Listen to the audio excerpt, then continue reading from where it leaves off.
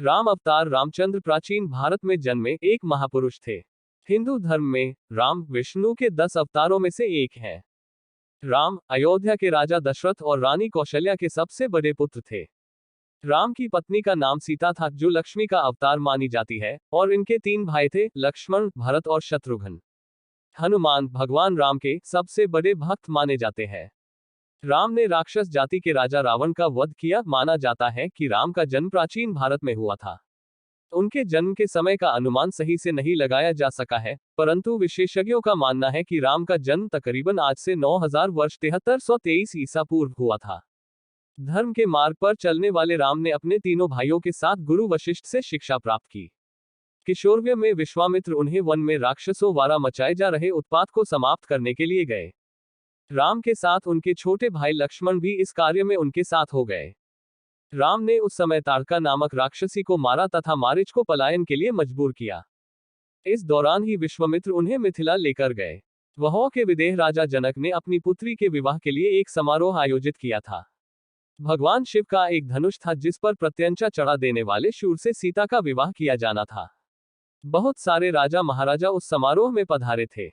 बहुत से राजाओं के प्रयत्न के बाद भी जब धनुष पर प्रत्यंचा चढ़ाना तो दूर धनुष उठा तक नहीं, तब विश्वामित्र की आज्ञा पाकर राम ने धनुष उठाकर प्रत्यंचा चढ़ाने की कोशिश की।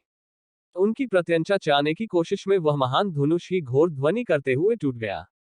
महर्षि परशुराम ने जब वह घोर ध्वनि सुनी तो वह आए और अपने गुरु शिव का धनुष टूटने पर रोष व्यक्त करने लगे। तब राम ने बीच बचाव किया। इस प्रकार सीता का विवाह राम से हुआ और परशुराम सहित समस्त लोगों ने आशीर्वाद दिया।